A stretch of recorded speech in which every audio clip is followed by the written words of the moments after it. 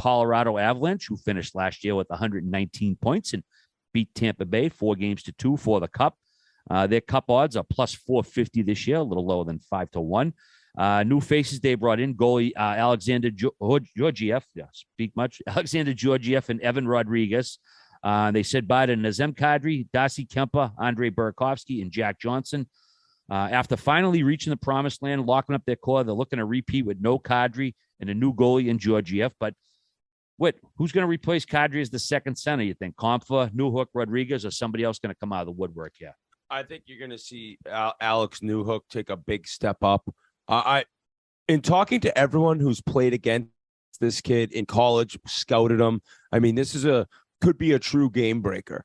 And it's really tough right now because they're starting the season without Landeskog, and the question of not having Kadri, especially with the year he had, that is going to be a really tough kind of thing for them to overcome. But it doesn't really slow them down that much in my mind. They're that good. They're that deep. And even with the ability to bring in Newhook, it's like you look at the defense, their D is so good. It's crazy, though. They lost the goalie as well. So there's a lot of different things happening there. But even with the Landeskog injury to start the year and Kadri being gone, I don't think there's one fan, media member, pundit out there who doesn't think they have a realistic chance to just go back-to-back and win this division with ease. We don't need to overthink this one. Yeah, if they don't repeat, Biz, what would the reason be? Maybe, I don't know, maybe the only reason would be if they can't really replace that second line center. And I think the reason that they were so comfortable saying goodbye to Kadri, given with what the cap hit was and where they were going to be jammed up, or I guess they could just play like the Oilers, $7 million over, was because of the performance that Comfer put on, not only in the second half of the season, but in playoffs. Like, he was heavily relied upon, created a ton of energy, and really played in all situations, maybe other than power play. So I see them very much as a contender. The only thing really holding them back would just be if Calgary and Edmonton are able to get over that hump. And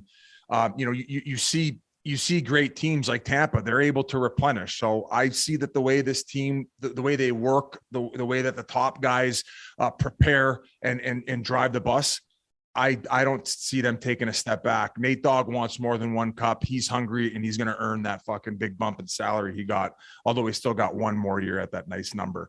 So Biz, yeah. you mentioned that, Calgary, Edmonton, but it's like Minnesota and St. Louis are so good too. And when you asked them what could be the one thing if they don't win, you still got to remember how impossible it seems to go back to back, right? I mean, like, I know Tampa and the Penguins, but before that, it was the Red Wings in the late 90s. It's like, it's just so difficult. This team's a wagon. They're set to win another one, I'm sure, but just going back to back is such a grind.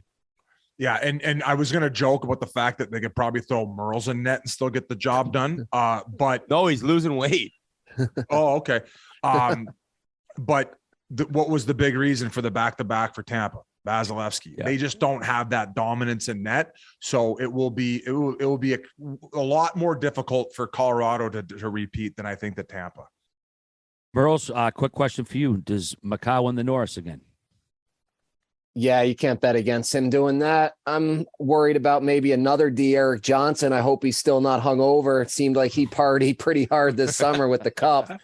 So that's my only worry of the whole team, a little hungover in the start of the season here.